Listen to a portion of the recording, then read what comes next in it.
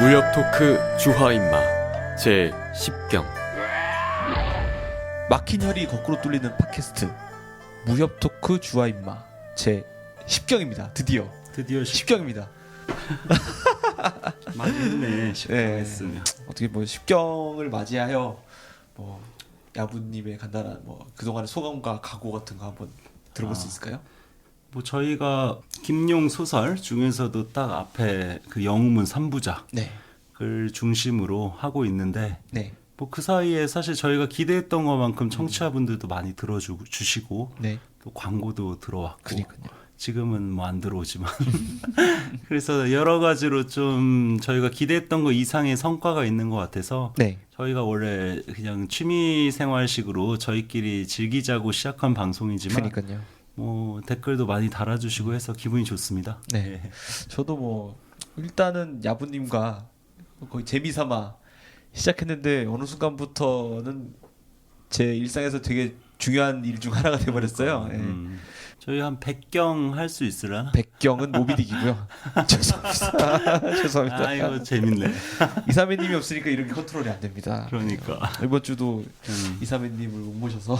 음, 근데 아마 다음에 저희 지난번 공지 드린 전국 대로 무협자랑. 한국 무협자랑, 아, 네. 한국 무협자. 한국 무협자랑에서 모실 수 있을 것 같습니다. 네. 뿐만 아니라 저희 그 듣고 계신 청취자 대원님들도 모시려고 합니다. 네. 일요일에 3월 26일 일요일 6시에 저희 한국 무협자랑 녹음을 하고자 합니다. 그때 저희 청취자 대원님들을 초청을 해보려고 합니다. 그래서 같이 뭐 치킨도 먹고 네. 맥주도 한잔 드시고, 하면서 예. 별로 이렇게 수다 떨면 좋을 것 같아. 부담스럽게 생각하실 필요는 없으시고요. 그냥 뭐 즐겨 읽으시든 한국 무협 소설이 있으시다. 근데 그거를 자랑하지 않고는 못 배기시겠다. 혹은 뭐 굉장히 많이들 읽으시는 작품인데 나만이 보는 다른 시각이 있다. 뭐 그런 것들 있으시면은 오셔서 말 그대로 자랑해 주시면은 될 것 같아요. 네, 부담 없이 꼭 뭐 할 말이 없으셔도 저희 그냥 놀러 오셔도 되고요. 그렇지. 오셔도 되고 하셔서 함께 방송 만들어 보는 시간 10경 특집으로 가져보고자 합니다. 네. 네. 아무튼 10경을 자축하면서 시작해 보도록 하겠습니다. 황약사 얘기를 길게 했었죠. 예. 네, 황약사 이제는- 뭐 길게 네. 할 만하지. 그렇죠. 황약사가 인정하는 또 한 명의 남자가 있습니다. 그쵸. 네. 홍칠공. 홍칠공. 아, 저 홍칠공 좋아해요. 저도 단순히 좋아하죠. 대엽 뭐 이런 뭐 바른 생활 사나이는 곽정이고 네. 홍칠공은 곽정하고 비교할 수 없을 정도로 이게 매력이 있지. 일단 무공이 고강하고 공부에 고강하고 네. 성격도 곽정은 너무 FM이라면 네. 홍칠공은 기인이에요. 이 사람도 괴팍하고 황약사만큼 괴팍하진 않지만 네. 이 사람도 나름 평범하진 않다. 예, 많이 괴팍합니다. 그 어떻게 괴팍한지 오늘 또 같이 이야기를 해보면 네네. 좋고 그리고 그렇다고 해서 또 정도를 벗어나지는 않아. 정의의 편이죠. 그렇지. 정의 완전한 그 정의의 편? 네. 이거는 확실하다. 네. 그리고 또 가장 매력적인 부분은 거지다. 그렇지. 전 거지라는 거지다. 설정이 대박인 것 같아. 아 진짜요. 아 근데 사실은 김용 월드 안에서 제가 좀 적응하지 못하는 부분이 있다면은 개방은 항상 정의의 편으로 나오잖아요. 아니 뭐 꼭 그렇지도 않죠. 뒤에 이제 뭐 의천도령기 시절만 가도 개방이 존재감이 없거나. 그치만은 일단 무림 내에서의 평가는 그렇지. 개방하면은 정의의 편이라고 이미지가 있는데 왜 거지가 정의의 편인지 그리고 뭐 의천도령기에도 그렇고 뭐 사조영혼전 내에서도 그렇지만은 거지 복색을 하고 대나무 짝대기 들고 다니는데도 꼭 이 무림의 모든 사람들이 존경을 해주고 개방의 협객들에 대해서 아주 깍듯이 예우를 해주거든요. 그런 부분이 조금은 어색하게 느껴졌어요. 아 그래요? 네, 그러니까 이제 저희가 이게 정의의 편이다라는 설정은 이제 사실 소설에서 네. 이렇게 각색하고 윤색한 거고 네, 우리가 정의의 편으로 접근하지 말고 네, 이 거지들의 일종의 커뮤니티 이게 서로 일종의 상부상조하면서 돕고 돕는 네, 일종의 결사체거든요. 그러니까 거지 개자, 구걸할 개자 아니겠습니까? 네. 구걸하는 거지들이 얼마나 사회적으로 가장 밑바닥에 마이너한 이런 소외된 인물들입니까? 네. 그런 거지들이 스스로의 생존을 뭔가 도모하기 위해서 서로 각각의 거지들이 서로 힘을 합쳐서 뭉친 거죠. 서로 뭉치는 일종의 패거리, 거지 조합 같은 거. 거지 조합이에요. 거지 결사체, 거지 단체, 거지 길드, 그치 길드라고 할 수가 있고 뭐 어소시에이션이라고. 거지 혈맹. 그래서 이 설정이 일단 이제 재밌고 그 개방 얘기를 저희가 본격적으로 하기 전에 네. 저희가 홍70에 대해서 먼저 이야기를 그쵸. 하면서 개방 얘기를 이제 뒤에서 본격적으로 구체적으로 하면 좋을 것 같아요. 일단 구지신계라 불리는 홍70. 구지신계. 구지신계라는 뜻 자체가 네. 재밌죠. 9개의 손가락. 그리고 이제 신성할 아주 신묘한 신자에다가 이제 거지 겠자. 네. 그러니까 손가락이 왜 9개냐? 손가락은 보통 다 10개 아닙니까? 그렇죠. 이게 이제 식탐이 대단한 사람이거든요. 홍70이. 제가 한번 말씀드렸죠. 저도 홍70만큼 식탐이 강한 사람인데. 야부님과 홍70의 공통점은 식탐이다. 그렇지. 근데 홍70은 그 식탐 때문에 의인을 죽게 했대요. 소설 그래서, 안에서. 네. 그래서 자기 손가락을 자른 거야. 식탐을 이게 도박하던 사람들이 네, 손모가지 자른다. 손모가지 자르듯이 중독된 사람들이 네. 그런 식으로 구지신계가 된 거거든요. 그거 설정도 재밌고. 네. 그리고 원래 이제 천하 5절 중에 북계를 이분이 담당하고 있잖아요. 북계. 그러니까 이 사람 별명이 많아요. 북계, 구지신계. 구지신계. 그리고 스스로를 노규화라고 부르거든요. 항상. 노규화. 네. 이 노규화가 무슨 뜻이냐? 이 규화라는 단어 자체가 거지라는 뜻이에요. 그러니까 늙은 거지다라는 뜻입니다. 네. 젊은 거지면 소규화가 되겠죠. 아하. 그래서 소규화니 뭐 노교화니 막 이런 말들이 소설에 많이 나와요. 그래서 이렇게 규화라는 말이 일단 거지다. 그런 식의 별명들이 있고 이름부터가 이제 홍70. 이게 무슨 뜻인가요? 이게 70은 이름이 아니에요. 일곱 번째 사람이라는 뜻이지. 아 그래요? 그리고 공은 존칭의 무슨 표시지. 무슨 공 할 때. 그렇죠. 네. 홍칠. 미염공 홍씨 가문에서 네. 일곱 번째 아들로 태어난 사람이어서 홍칠인데 거기에 이제 강호의 무림의 인사들이 이 사람에 대한 존경의 표시로 공자를 붙여준 거죠. 그 마치 관우의 미염공 같은 거죠. 우리가 황약사 이름을 모르듯이 네. 황약사의 약사는 이름이 아니거든. 이 별호였군요, 홍70이. 이제 홍70도 이 70이라는 것이 실명은 아니다. 네네. 라는 거를 저희가 알 수가 있을 테고. 처음 한 사실입니다.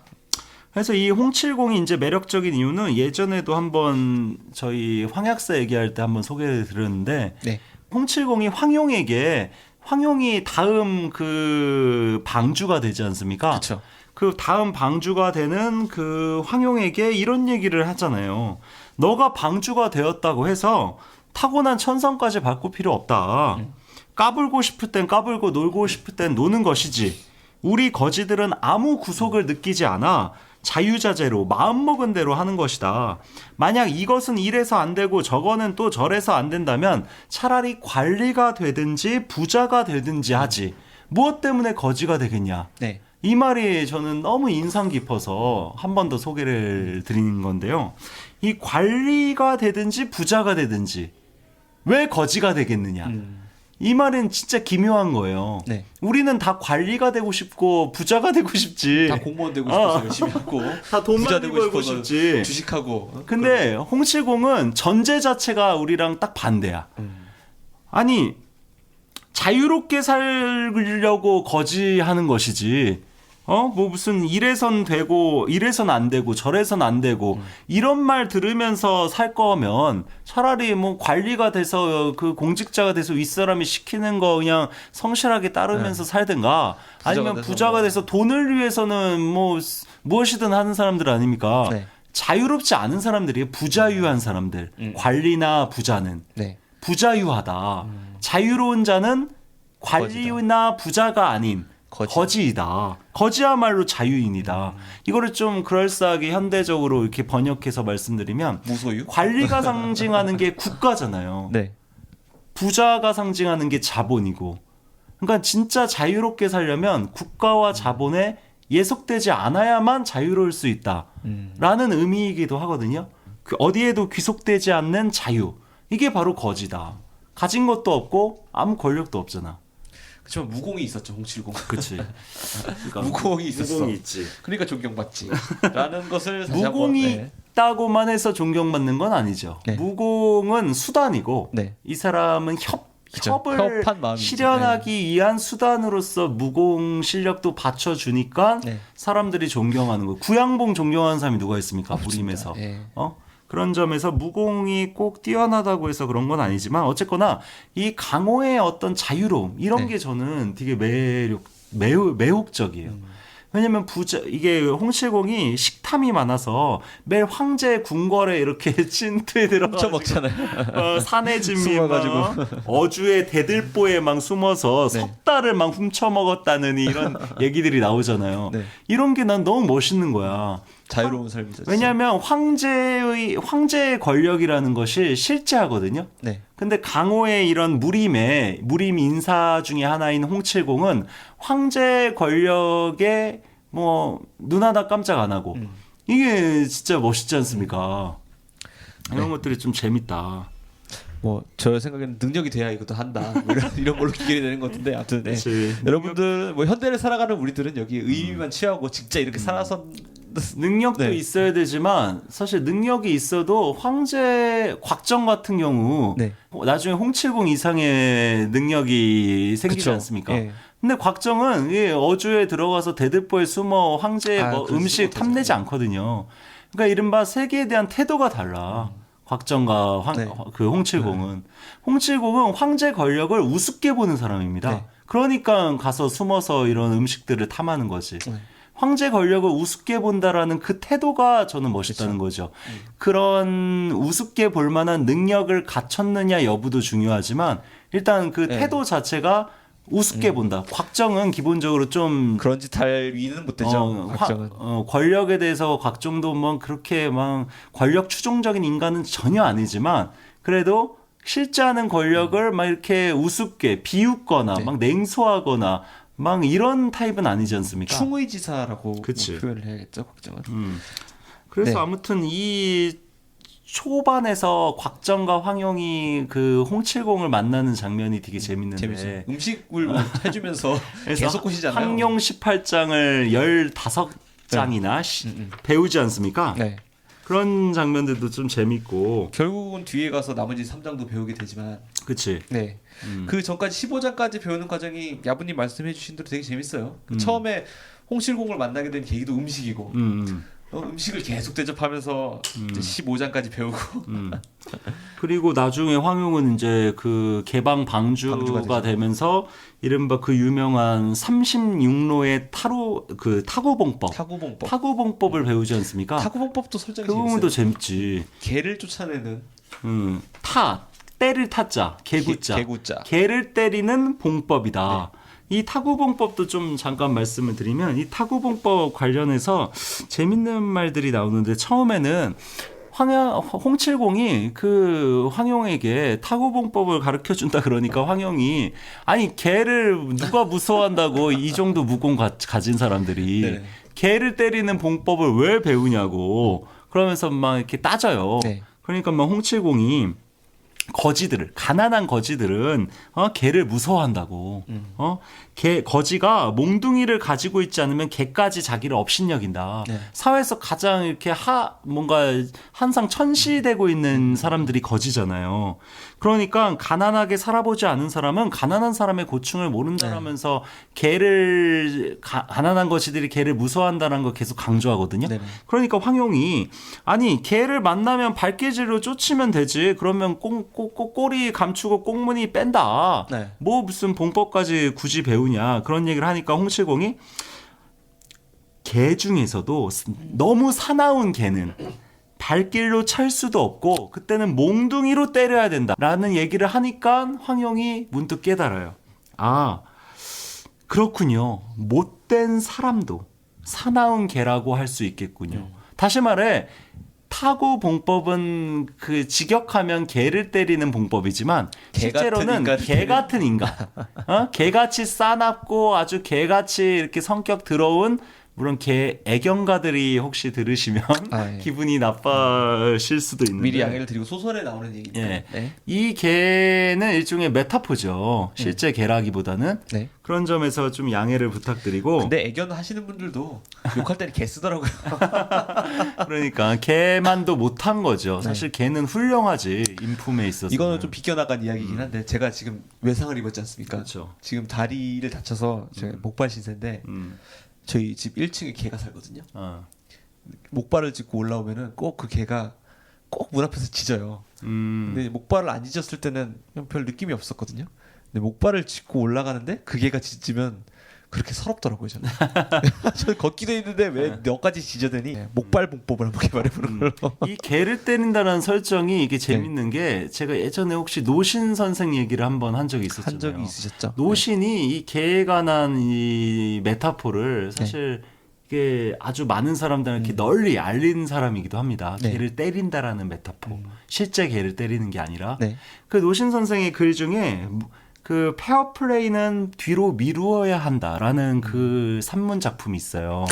그 글에서 무슨 얘기를 하냐면 우리가 개는 일종의 그 정적입니다. 네. 어떤 적폐, 청산의 대상이에요. 개가 상징하는 거는 네. 이런 개들과 우리 편이 싸우다가 뭔가 세상을 새롭게 바꾸려면 이 개 같은 놈들이랑 싸워야 되잖아. 네. 그래서 우리가 막 이렇게 촛불을 들든 사람을 많이 모아가지고 으쌰으쌰 하든 그래서 개를 물에 빠뜨렸어. 네.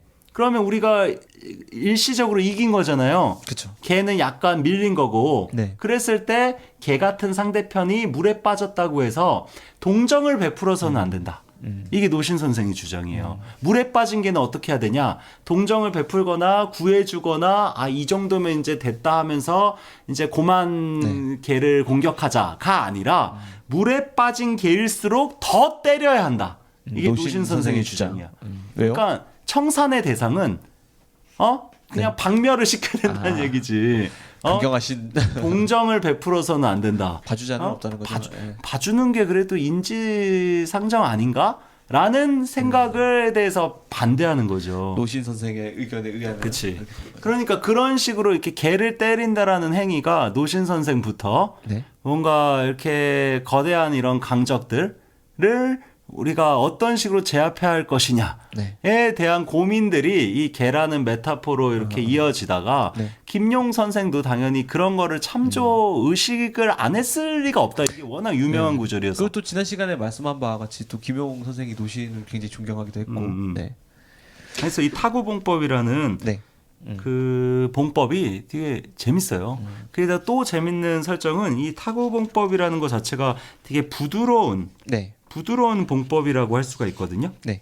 근데 그 홍칠공은 기본적으로 그 무공이 지극히 강한 성격을 갖고 있습니다. 네. 그 항룡 18장부터가 부드러운 무공이 아닙니다. 그쵸. 되게 뭔가 이렇게 윽박지르는 외가 무공이라고 하는데 네. 그 내공 신법이 중요한 게 아니라 네. 이렇게 어떤 힘, 파워를 중시하는 무공이거든요. 네. 어떤 제가 느끼기에는 글로만 느끼기에는 우직하고 한 방에 있는 무공처럼 느껴졌거든요. 그래서 곽정이 항룡 18장밖에 모르던 시절에도 항룡 18장만 충실히 뭐 1초씩부터 15초씩까지 사사삭 구사하면서 구양극과도 대등하게 싸우잖아요. 그런 부분이 항룡 18장의 어떤 우직한 그치. 그러니까 파워 전진파의 있는 무공이랑은 네. 달라요. 전진파는 내공 신법이 훌륭해서 네. 좀 부드러운 그 성격의 무공이거든요. 네. 근데 이제 항룡 18장 같은 홍칠공의 무공은 외가 무공이고 네. 그렇기 때문에 소설에서도 지강하다라고 표현을 해요. 네. 지극히 강하다. 네. 반면에 그 주백통 같은 경우는 그 전진파의 이제 왕중양의 사제인 사제죠. 주백통 네. 같은 경우는 지극히 부드러운 무공을 구사하거든요. 네. 그게 나중에 이제 곽정에게 가르쳐주는 72수의 공명권. 네. 그게 부드러운 무공입니다. 그러니까 곽정은 이제 아주 센 강경한 극양의 무공인 항룡 18장과 극음의 네. 어떤 부드러운 무공이라고 할 수 있는 공명권을 다 배우지 않습니까? 그래서 이제 홍칠공 같은 경우에도 이 타구봉법을 이렇게 녹죽장으로 이 봉법을 발휘하잖아요. 네. 이 죽장을 써서 봉법을 하는 것 자체가 홍칠공의 무공의 내력에 있어서는 되게 기묘한 조합이다, 배합이다. 사실 어울리지 않는 그런 거다라는 거죠. 오히려 이게 타구봉법이라는 것은 부드러운 무공이어서 네네. 그래서 홍칠공의 무공의 장점은 강함이지만 단점은 부드러움이 적다는 건데 그거를 녹죽장을 보완해주는 이용해서 거죠. 보완하는 거지. 그래서 홍칠공의 무공이 더 완성되게 되는 계기가 이 녹죽장 그리고 타구봉법을 그렇군요. 통해서이다. 네. 라는 거를 말씀드리고 싶어요. 그 뭐 이것도 곁다리 얘기지만은 소봉이 황룡 18장을 그 정리한 걸로 나오잖아요. 천룡 그치. 8부에. 예. 원래는 그보다 소식이 더 많았는데 음. 저는 그래서 개방의 인물들 중에는 뭐 많은 대원님들이 하시겠지만은 소봉도 굉장히 좋아하거든요. 소봉 멋있죠. 네. 소봉과 홍칠공 중에 어디를 더 좋아하시는지요? 저는 이제 비운의 캐릭터는 당연히 소봉이고 네. 더 감정적으로 좀 드라마틱한 인간형이잖아요. 네. 그러니까 소봉에게 근데 이제 인간적인 그 재미와 어떤 그런 매력들 그런 네. 거는 이제 홍칠공이 더 그쵸. 매력적인데 드라마성은 당연히 그 소봉이 그 출생의 비밀 때문에 주인공이기도 하고 그리고 또 한족도 아니고 네. 거란족이잖아요. 네. 그런 어떤 출신과 이제 연결된 그 에피소드들이 너무 좀 심각하기도 하고 절절하니까 네. 그런 점에서 소봉 캐릭터에 이제 이입이 되죠. 근데 소봉은 기본적으로 그 막 이렇게 자유분방하고 막 농담 즐기고 막 성격 괴팍하고 막 이렇게 낄낄거리면서 그런 이렇게 캐릭터는 놀 수 있는 맞죠. 캐릭터가 아니거든요. 뭔가 네. 좀 이렇게 대협 느낌이 좀 들잖아요. 그치. 네. 그게 저는 이제 그렇게 제 취향은 아니 개인적 취향. 네. 저의 개취는 개취. 홍칠공이나 주백통이나 약간 황약사나 막 어딘가 이런 꼬여 있는 정상이 그치. 아닌. 그렇지. 약간 기인들 네. 어? 그런 캐릭터들을 저는 그러니까요. 좋아해서. 앞으로도 저희가 이런 야부님의 취향 때문에 기인들 위주로 다룰 거예요. 근데 기인들이 재밌지. 네. 곽정이나 소봉 같은 캐릭터는 오히려 정통 무협의 전형적인 히어로고 그렇죠. 그런 캐릭터보다 김용 소설의 주인공들의 재미는 좀 뭐 무슨 양과나 뭐 장무기 이런 캐릭터들도 재밌지만 네. 그 주변의 그 기기묘묘한 고수들 그런 캐릭터들이 사실 재밌거든요. 그쵸. 그런 캐릭터들 때문에 김용 소설을 저희가 읽는 거거든요. 그러니까 그 김용 소설의 어떤 개방이라는 집단이 중요하게 다뤄지는 것도 어떤 그런 기괴함 때문이 아닌가 생각이 그치. 들고요. 네. 홍칠공만 하더라도 막 이렇게 미식가라는 그 캐릭터 성격이 네. 이게 재밌거든요. 재밌죠. 이게 거진데 음식을 엄청 밝혀. 네. 그렇기 때문에 막 아까 말씀드린 것처럼 궁중에 이런 음식들도 막 훔쳐먹고 네. 그리고 이 미식가라는 거를 이용해 가지고 황룡이 그 황룡 18장을 이제 각자에게 가르쳐 주게 하지 않습니까? 네. 근데 그 장면들도 디테일로 들어가서 보면 재밌는 장면들이 많이 나옵니다. 저는 기억에 남는 게 홍실공이 학식이 떨어지는 인물이 아니구나라는 걸 느낄 수 있었어요. 그 아니 부분에서. 황룡 18장은 원래 이제 버전마다 다르긴 한데 황룡 18장을 그 홍칠공이 뭐 만들었다는 설정도 있거든요. 네. 옛날 판본에서는. 네네. 근데 황룡 18장은 이것도 마찬가지로 우리가 저번 시간에 골머리 알았던 그 주역에서 만든 장법입니다. 아 이것도 주역이 황룡 18장도 주역, 역경으로 만든 장법이에요. 황룡 18장의 그 1장이라고 할 수 있는 황룡 유해. 네. 이게 바로 주역의 그 건괴 효사 하나 아니겠습니까?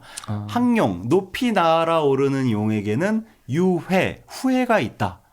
그러니까 멋있네요 뜻이. 가장 고점에 오른 우리가 정치적으로든 사회적으로든 나의 인생의 운이 정점을 찍었어. 네. 그게 항룡이거든요. 아 저는 그러면 떨어질만 남았다. 유해라고 하니까는 뭐 후회가 약간 있다. 돌아다닌다 뭐 이런 느낌이 줄 알았는데 그게 아니었군요. 그러니까 가장 올라가면 떨어질만 남고 가장 바닥을 꽂으면 올라갈 일만 있다. 그러니까 이제 인생에는 네. 올라가면 내려가고 내려가면 올라가는 이런 것이 서로 항상 이렇게 빛과 그늘처럼 동전의 앞뒤처럼 섞여 있다라는 것을 보여주고 있는 그 구절을 따다가 그거를 장법에 반영시킨 게 항룡유해고 네. 그 전체 18장이 다 주역의 괴로 구성돼 있어요. 그거에 대해서도 저희가 한번 그러니까 이야기를 나눌 기회가 있을 것 같은데요. 이것도 뭐 옛날 고려원 판본에서는 이 항룡 18장을 강룡 18장이라고 했잖아요. 그러니까요. 그것도 그래요. 나왔죠. 이건 당연히 항룡 18장이 맞고 네. 이거 갖고 예전에 무협 쪽 그 한국의 이제 무협 팬들 사이에서는 강이 맞느니 항이 맞느니 갖고서도 막 싸우고 그랬는데 네. 사실 이거는 항룡 유해라는 데서 가져온 거기 때문에 당연히 항룡 18장이고 그럼에도 뭐. 불구하고 강룡을 옹호했던 사람들은 괜히 멋있어 보였기 때문에 강자가 강해 보이잖아요. 근데 이제 이게 한자가 그 내릴 강자라는 뭐 네. 이런 뜻도 있고 네. 오를 항자라고도 우리가 읽을 수 있기 때문에 네네. 당연히 항룡이라고 읽어야 되는 거죠. 어쨌거나 그 음식 얘기 관련해서 이제 재밌는 장면이 그 황룡이 막 아주 막 이렇게 진수성찬만 홍칠공에게 차려주는 게 아닙니다. 네. 진수성찬만 차리는 게 아니라 심지어 막 무슨 튀김이니 두부찜 같은 아주 평범한 평범하고 음식. 일상적인 요리들을 자기가 해주겠다라고 막 맞아요. 홍칠공을 꼬셔요. 그러니까 이 부분이 재밌는 거야. 왜냐하면 우리가 한 번도 먹어보지 못한 희귀한 요리로 홍칠공을 꼬시는 게 아니라 우리가 중국에서 일상적으로 매일 아침 식단에 나오는 이런 평범한 요리들로 네. 홍칠공을 꼬시니까 홍칠공이 넘어가는 거야. 넘어가죠. 네. 그러니까 김용 선생이 이렇게 홍칠공에 대해서 서술을 해요. 홍칠공은 미식가이기 때문에 정말 솜씨 좋은 사람들은 평범한 음식 가운데 자기의 독특한 솜씨를 발휘하는 것임을 안다. 무림의 고수들도 마찬가지다. 평범함 가운데 신기함이 숨겨 있는 그런 재주가 진짜 재주이다. 그러니까 이게 양과가 배우는 왜 독후국어, 양과 버전의 독후국어이지 않습니까? 거기에 나오는 대교불공이 이런 게 아닐지. 그쵸. 대교불공 가장 교묘한 것은 그 대교약졸. 네. 대교약졸이 정확한 그 사자성어죠. 가장 공교로운 것은 가장 교묘한 것은 네. 같을 약 졸렬할 졸자. 졸렬한 것과 같다. 그러니까 가장 졸렬한 것에서 가장 교묘한 것을 발견해낼 수 있다라는 거죠. 무공이든 음식 솜씨든 네. 가장 평범한 것이 가장 뭔가 이렇게 진짜다. 라는 것을 얘기를 하는 거거든요. 이게 근래 많은 요리 만화에서도 이런 결말이 많이 나오던데요. 이게 그 뭐 최근에 고독한 미식가 네. 같은 일본 드라마나 네. 뭐 예전에 뭐 일본 만화들 뭐 무슨 초밥왕이니 네. 뭐 등등의 이런 음식 만화들이 다 이런 거를 소재로 하고 있거든요. 그 왜 식객의 만화 식객에서도 그런 대결이 있었던 것 같아요. 육개장. 육개장으로 이 고깃국을 상대하는 그래서 이기는 맞아. 평범한 의식으로 이기는 이게 그런 사실 거였을 것 그 같아요. 동아시아 철학의 정수가 여기에 사실 반영되어 있다라고도 할 수 있어요. 네. 사실 우리나라 그 불교 사상가 중에 가장 유명한 사람이 원효대사 아니겠습니까? 네. 신라시대 때. 그 원효대사도 이런 똑같은 말을 해요. 가장 비속하고 세속한 것 안에 네. 가장 깊이 있는 가장 참된 진리가 숨겨져 있다. 그러니까 이게 진리라는 것이 어디 저기 멀리 초매하고 아주 고상하고 저 산속 깊은 곳에 숨어 있는 것이 아니라 바로 우리의 일상에 가장 평범하고 하찮고 별 볼 없는 우리 삶 속에 이미 그 오묘한 진리가 이미 숨겨져 있다. 네. 파랑새는 여기 있다라는 얘기죠. 쉽게 얘기해서. 그런 진리를 저희가 홍칠공 이야기를 하면서 배워보게 됐네요. 홍칠공 얘기랑도 연결이 되는 게 이게 보통 은사, 은거하고 있는 사람을 은인, 숨을 은자를 써서 표현을 하잖아요. 네. 은사. 근데 은사에도 두 가지가 있습니다. 옛날에는 소은, 작은 은, 네. 작은 은사가 네. 있고 대은, 큰 은사. 네. 숨음을 작게 한다라는 것은 산 속에 숨는 것이다. 그러니까 손학규를 말씀하시는 거죠 지금? 토굴에 막 이렇게 산속 깊은 곳에 카메라만 대동하고 그런 게 이제 작은 내가 숨어 있다고 계속 광고하면서 그게 숨을 은자를 써서 짝을 소자를 써서 소은이라 그러고 네. 진짜 대은 큰 숨음은 어디에 숨냐 산속이 아니라 시장터에 시장 바닥에 사람이 무수하게 많은 이런 도시 한가운데에 숨는 게 진짜 큰 숨음이다. 이런 얘기들을 옛날 사람들이 많이 하거든요. 아 말이 되는 얘기네요. 거지들이 일종의 어떤 홍칠공도 일종의 은사 아닙니까? 은거하고 있는 그쵸. 사람이거든. 만나려면은 한 번도 못 근데 만나. 홍칠공이 산속에 막 무슨 아니면 뭐 대리국 황제처럼 네. 막 이렇게 머리 깎고 스님이 돼가지고 막 어디 사찰 속에 숨어 있는 사람이 아니거든요. 어디에 숨어 있습니까? 궁정, 뭐 무슨 어주, 황제 있는 이런 도시 그러니까요. 가장 정치 권력 황제 권력이 가장 강한 곳에 숨어 있거나 아니면 시장통에 숨어서 막 이렇게 구걸하고 있거나 음식을 탐내고 있거나 그게 가장 큰 숨음이라는 얘기죠. 그럼에도 불구하고 살면서 한 번만 만나도 엄청난 은혜를 그치. 입는다. 예. 그 항용 18장의 그 장법 하나만 하나하나 뭐 많이 가르쳐줘야 3개 정도 가르쳐주잖아요. 네. 근데 이제 곽정은 황룡 덕분에 주인공이라서 공짜로 18개를 다 15장까지. 배우죠. 네. 나중엔 3개까지 3개 더 추가. 배우고. 그건 뭐 제자가 돼서 하는 거니까. 그러니까 그런 것들이 좀 재밌고 그래서 이 사람이 주백통 같은 약간 기인으로서의 성격을 가지고 있죠. 잘 보여주고 있는 대목이 있어서 한번 제가 가져왔는데 그 곽정이 홍칠공에게 항룡 18장 15초를 배운 다음에 헤어지는 네네. 장면이 나오거든요. 그 헤어지는 장면이 재밌습니다. 곽정 입장에서는 고마우니까 그쵸. 막 머리를 조아리고 막 이렇게 절을 해요. 네. 그러니까 홍칠공이 막 화를 내면서 나는 그 음식을 얻어먹은 대가로 너에게 그 항룡 18장을 가르쳐 준 거다. 우리는 사제지간이 아니다. 기브 앤 테이크 한 거다. 그치. 네. 그러면서 홍칠공도 자기도 엎드려서 곽정에게 절을 해요. 퉁치는 퉁. 이게 절퉁. 연배가 배분이 너무 다르고 네. 사실 이 보통 무림 인사들이 이렇게 안 합니다. 네. 주백통이나 이러지. 근데 홍칠공도 이런 점에서 주백통이랑 비슷해. 자기도 인사를 하니까 곽정이 당황하지 않겠습니까? 자기보다 나이가 그쵸, 당황스럽죠. 사부의 사부격인 홍칠공이 자기한테 절하니까. 그래서 자기도 당황해서 자기도 얼른 엎드려서 또 절을 해. 그러니까 홍칠공이 어떻게 하냐? 손을 뻗어서 곽정의 혈도를 누릅니다. 네. 그래가지고 꼼짝하지 못하게 절 못하게. 만든 다음에 홍칠공이 곽정에게 절을 4번 해요. 그리고서 혈도를 풀어줘. 네. 그러고서 절대로 너가 나한테 절을 한 것이 아니다. 네. 또 너는 내 제자가 아니라는 것을 기억해야 된다. 라면서 이렇게 떠나가요. 그리고 그러니까 나중에 제자 성격이 괴팍하지. 네. 좀 기이하지. 일반적인 어르신 사부의 성격이 아니죠. 네. 이런 성격 때문에 이게 홍칠공이 매력이 있거든요. 단순한 네. 선하기만 하고 의협심만 가득한 캐릭터가 아니라 네. 식탐이 강하고 또 농담도 많이 하거든요. 많이 하죠. 우스꽝스러운 소리 네. 많이 하고 행동도 기이하고 그러니까 곽정보다 훨씬 캐릭터가 재밌다는 얘기. 본의 아니게 곽정을 계속 까게 되는데 걱정 미안합니다. 아무튼 홍칠공 까면 깔수록 매력 있는 인물이네요. 네. 네, 그러면 개방에 대해서 한번 이야기를 해보겠습니다. 사실 이 개방이라는 그 이른바 단체가 네. 이게 이제 옛날부터 저는 정말 흥미로웠는데 그 이유가 뭐냐?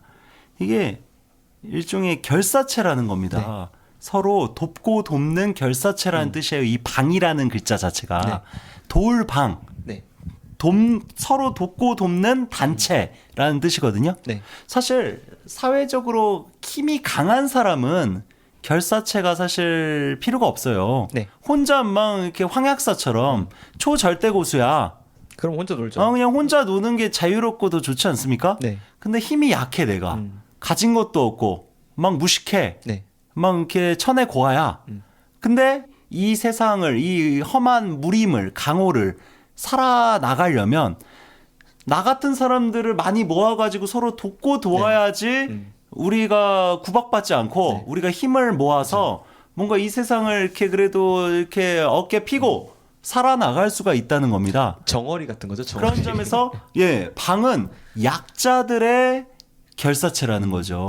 그 저희가 앞선 시간에 이야기했던 뭐 강남 7괴랑은 좀 더 다른 결사체겠죠? 더 강남 큰 규모. 7개는 이제 7명이나 아주 소수 정예의 네. 그 일종의 동호회 같은 개념이라면 방이라는 것은 원래 지금 중국에서도 방이라는 말이 정말 많이 쓰이거든요. 무슨 석탄방이니, 네.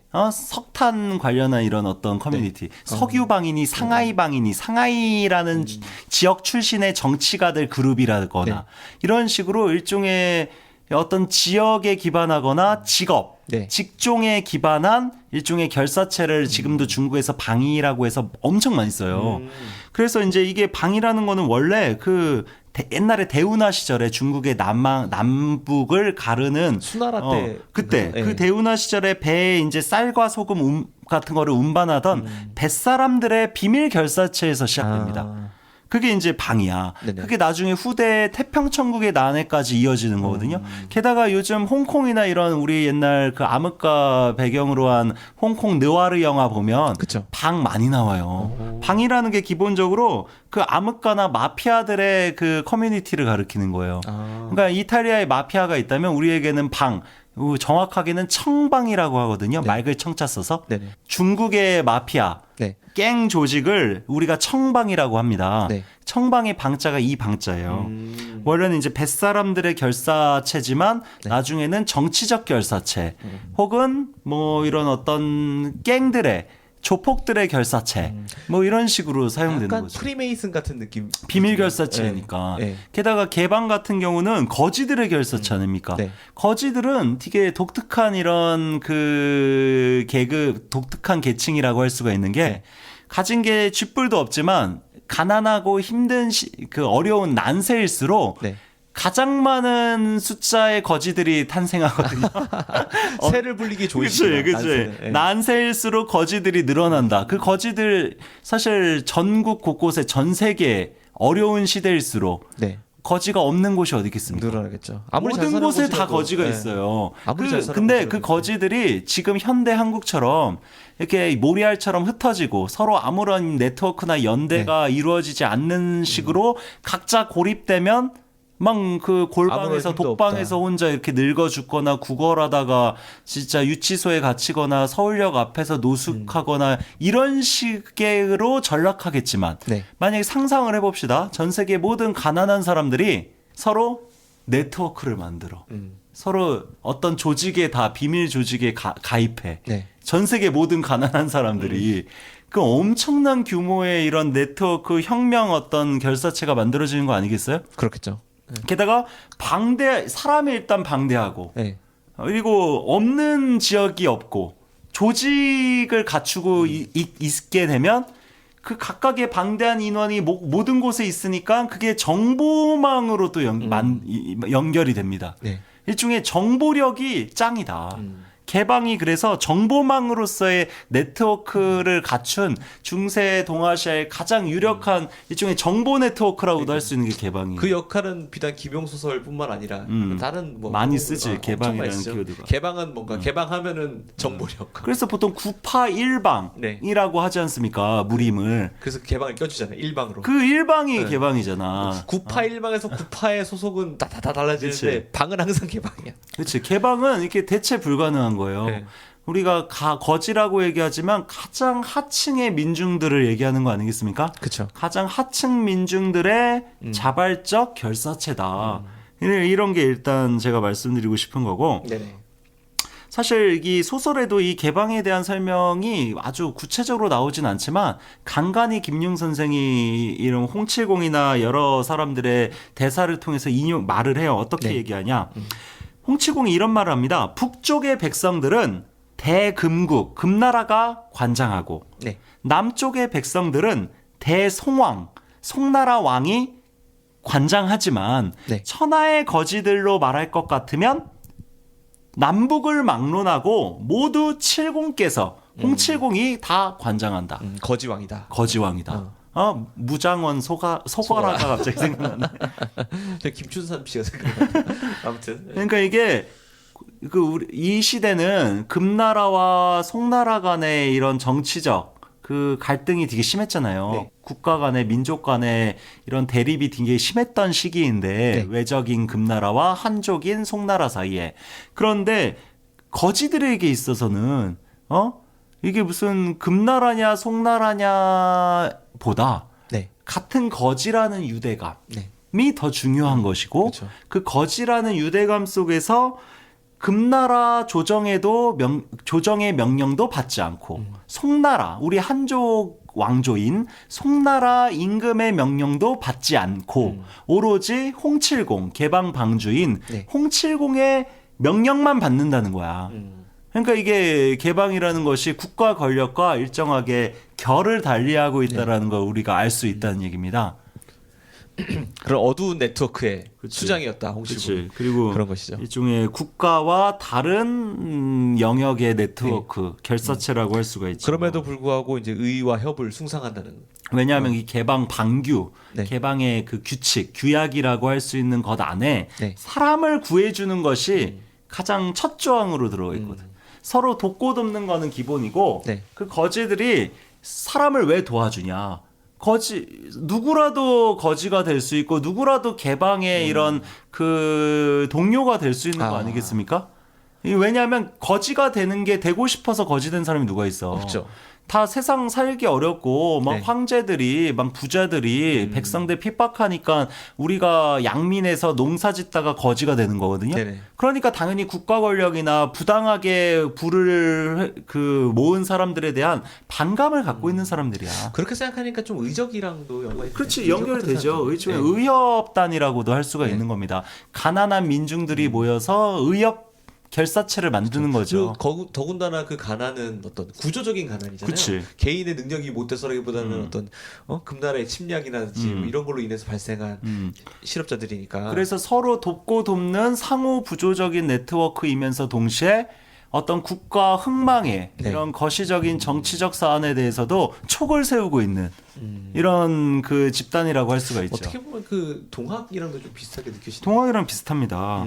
동학도 사실 동학은 뭐 거지들의 그런 그건 아니었지만 모임은 아니지만 어떤 구조적인 그치. 그 사회 난세라는 것에서 비슷했던 것 같아요. 농민이나 뭐 이런 사실 분홍들도 섞여 있기는 했습니다. 네. 동학은 기본적으로 유무상자라고 해서 돈이 있는 사람과 돈이 없는 사람이 상자 서로 돕고 돕는 이런 결사체거든요. 네. 그렇기 때문에 분홍부터 빈농까지 네. 일종의 다양한 형태의 민중들이 많이 모여 있고 양반들 중에서도 몰락 양반들이 섞여 있어요. 네네. 그러니까 신분과 계급과 이런 것들을 좀 초월해서 이렇게 좀 살기 어려운 사람들이 대거 들어가 있는 게 이제 그 동학이라고 할 수가 있겠습니다. 네네.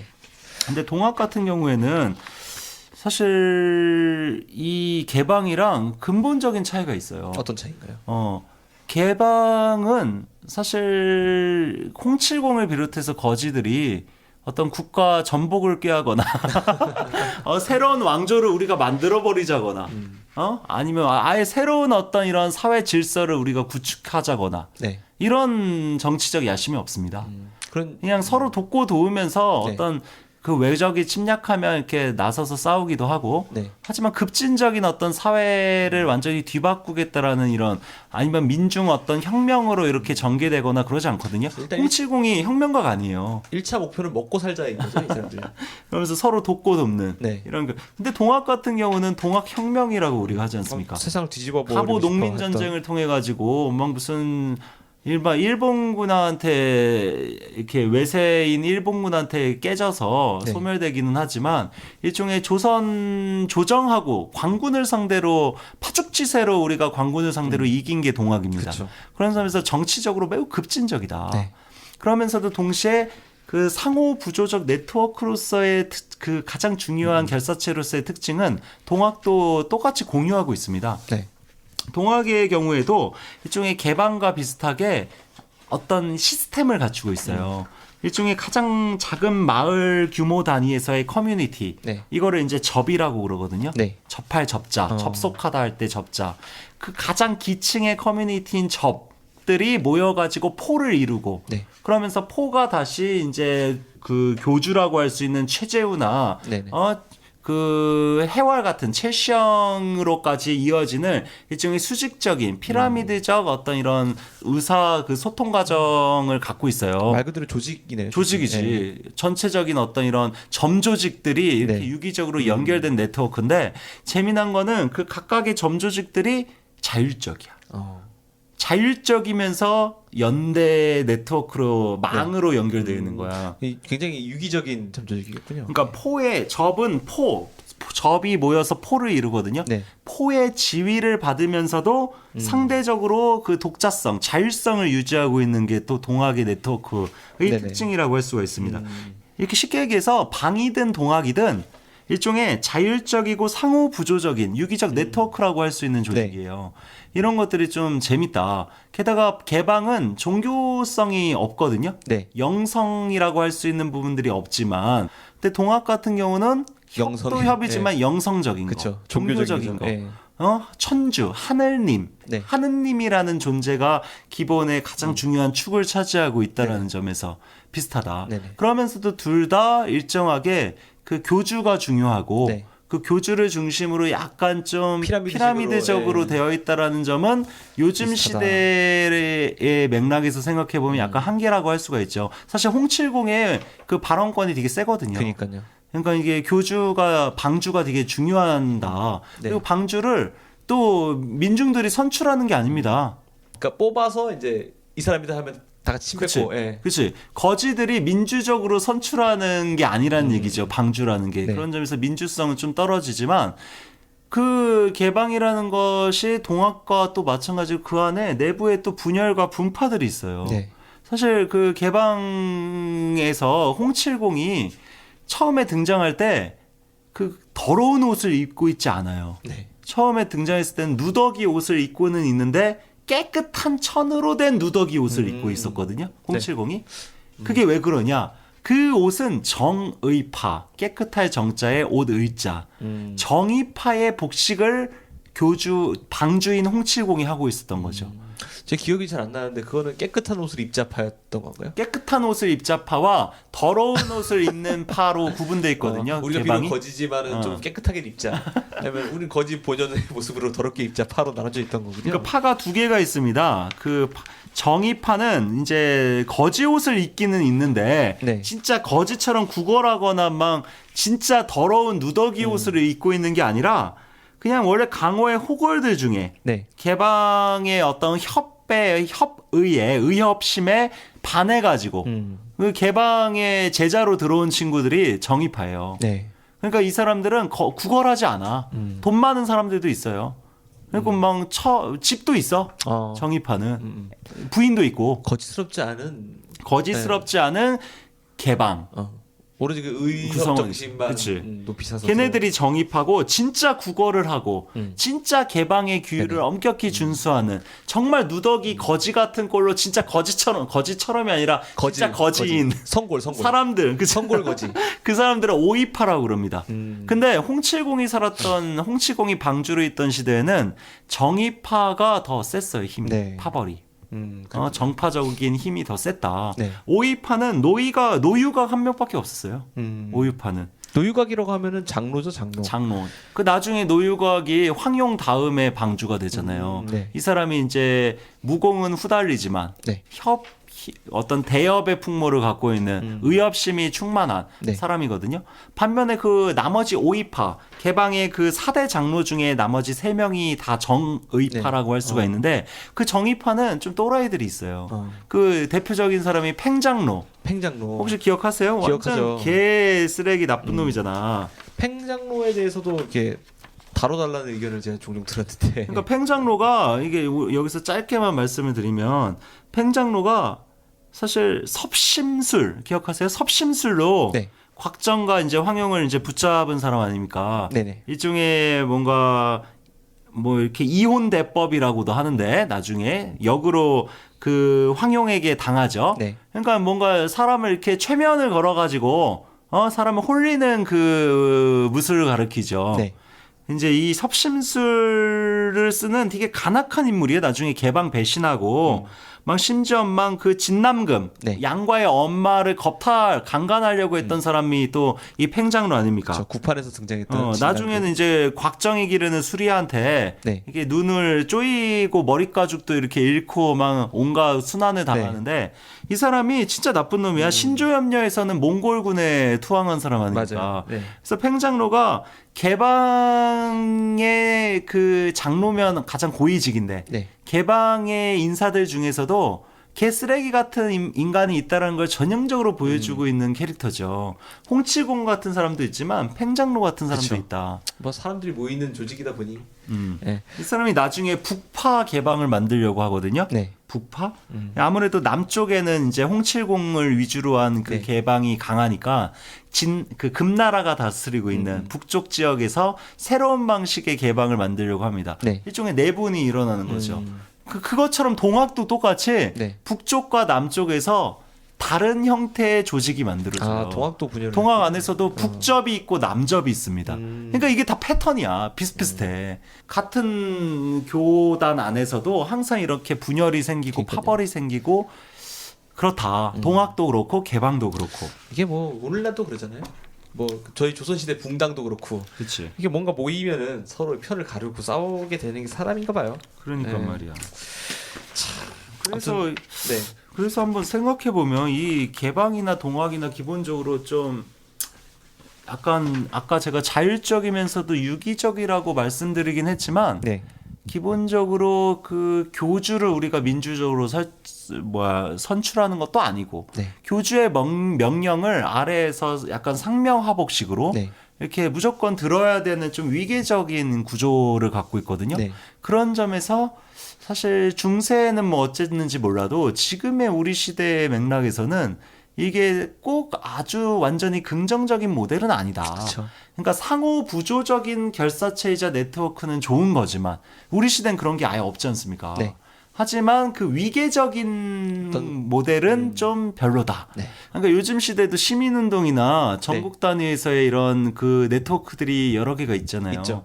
근데 그런 네트워크들이 이렇게 위계적인 네트워크들도 꽤 많이 있고 많죠. 그리고 횡단 이렇게 우리가 이제 새롭게 고민해야 될 네트워크는 좀 횡단적이면서 실질적으로 서로가 서로에게 뭔가 상호 부조적으로 네. 도움을 주고받을 수 있는 네트워크다. 제 아시는 활동가분들 또 활동가분들 구조가 상당히 그 수직적이고 강압적인 구조가 많은 것 같아요. 그치. 들어보면은 음, 그러니까 까라면 깐다는 식의 활동가들도 많고 그렇지. 그것 좀 이렇게 그 뭐 옛날에는 통했을지 모르지만은 현 시대에는 조금 맞지 않는 지금 건 아닌가. 시대는 가령 070이 방주라 하더라도 네. 070의 명령이 부당하다면 네. 우리는 070을 탄핵할 수 있는 네. 그런 시대를 그러니까요. 살고 있지 않습니까? 그렇기 때문에 이렇게 교주라 하더라도 네. 마교도 마찬가지인데 명교 네. 마교의 교주의 어떤 이런 명령은 절대적이지 않습니까? 네.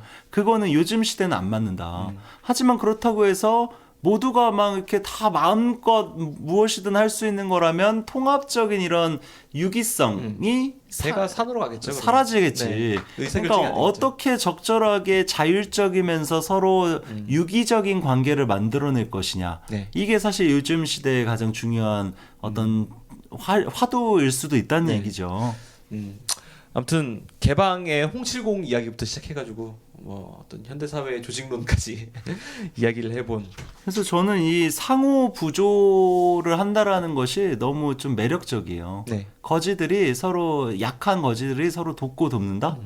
우리는 이렇게 돕고 돕는 이런 결사체가 민간에는 없거든요. 지금 시대에. 네. 기껏해야 교회 정도만 있지. 네.